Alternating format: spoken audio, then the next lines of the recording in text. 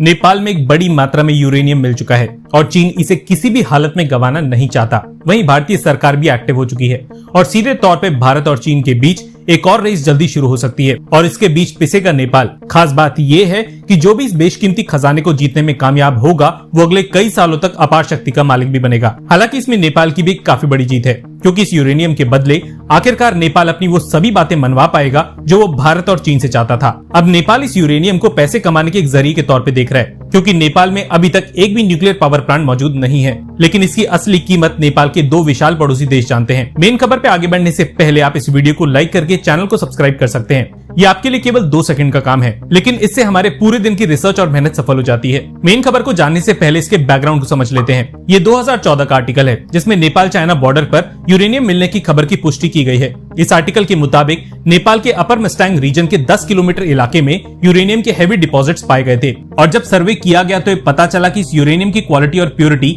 Asia में मिलने वाले यूरेनियम से काफी ज्यादा बेहतर है। ज्यादा प्योर यूरेनियम मतलब कम मेहनत और कम खर्च में ज्यादा फ्यूल का एक्सट्रैक्शन। वैसे पहली बार नहीं है जब नेपाल को कहीं पे यूरेनियम के बड़े भंडार मिले हैं। कुल 25 जगहों पे नेपाल में यूरेनियम के भंडार खोजे जा चुके हैं, लेकिन इनमें से केवल 3 ही ऐसे रिजर्व्स हैं जहां बड़ी मात्रा में यूरेनियम मौजूद है और जहां पर यूरेनियम की माइनिंग फीजिबल है।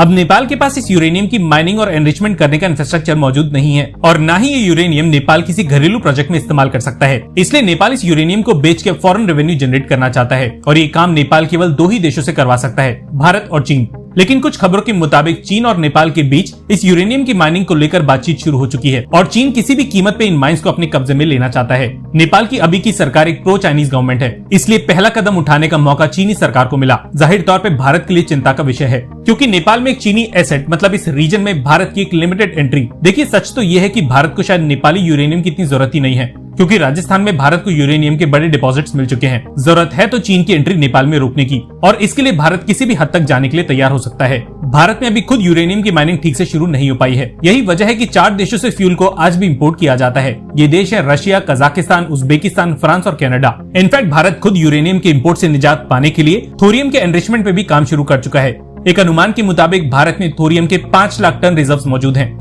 लेकिन दुख की बात यह है कि अभी तक हम इस फ्यूल का इस्तेमाल नहीं कर सकते। ये 2022 का आर्टिकल है जिसमें बताया गया है कि Indira Gandhi centre for atomic research में थोरियम बेस्ड फ्यूल पैलेट्स को फैब्रिकेट करने का तरीका ढूंढा जा चुका है। इन थोरियम पैलेट्स के इस्तेमाल से यूरेनियम 233 एक्सट्रैक्ट किया जाता है, जिसका इस्तेमाल फिर न्यूक्लियर पावर प्लांट्स में होता है। अब ये आर्टिकल देखिए जो इसी जून 2023 में पब्लिश हुआ था। दुनिया के पहले थोरियम न्यूक्लियर रिएक्टर को कमर्शियल अप्रूवल मिल चुका है। वहीं भारत का पहला रिएक्टर कब तक ऑपरेशनल हो पाएगा इसके बारे में कोई भी इन्फॉर्मेशन अवेलेबल नहीं है। आपको एक कमाल की बात बताते हैं, नेपाल में यूरेनियम की माइनिंग का अभी तक कोई भी रूल नहीं बना है, इसलिए जो भी देश इस माइन को जीतने में सफल होगा उस देश के रूल्स नेपाल में लागू भी होंगे। और इसका मतलब है इस रीजन में बेरोक टोक मनमानी, जो भारत हरगिज नहीं चाहेगा। अभी तक ऐसी कोई भी इन्फॉर्मेशन सामने नहीं आई है कि भारत की तरफ से इन माइंस को लेकर क्या एक्शन प्रोसेस शुरू हो चुका है, पर यकीनन भारत चुप नहीं बैठने वाला। अब 10 किलोमीटर लंबे इस इलाके में यूरेनियम के कितने डिपॉजिट्स हैं इसके बारे में क्लियरली कहीं पे भी मेंशन नहीं है, लेकिन अगर चीन इस प्रोजेक्ट में इतना इंटरेस्ट दिखा ही रहा है तो जाहिर तौर पे कुछ ना कुछ बड़ा सामने निकल